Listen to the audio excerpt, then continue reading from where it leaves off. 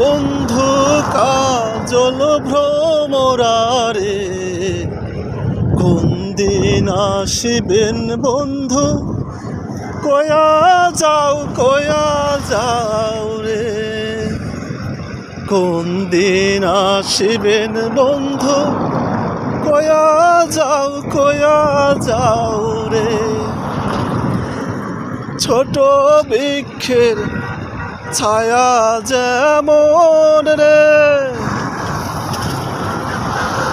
মোর বন্ধুর মায়া তেমন রে।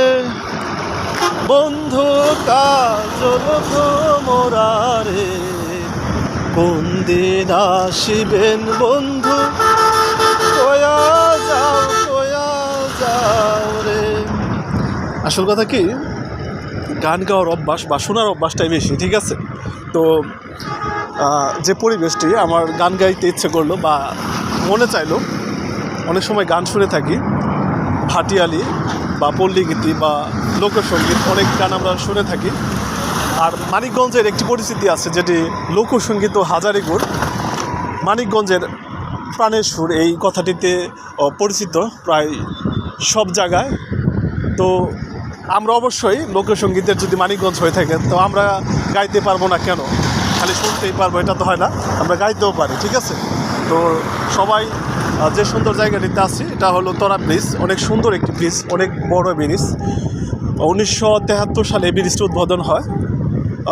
আমার মনে হয় যে পাকিস্তানের সময় এই ব্রিজটি উদ্বোধনের অথবা পরিকল্পনা করে, অবশ্য বাংলাদেশের যে ব্রিজ, বড় ব্রিজের মধ্যে একটি পরে নামকরণ করা হয়।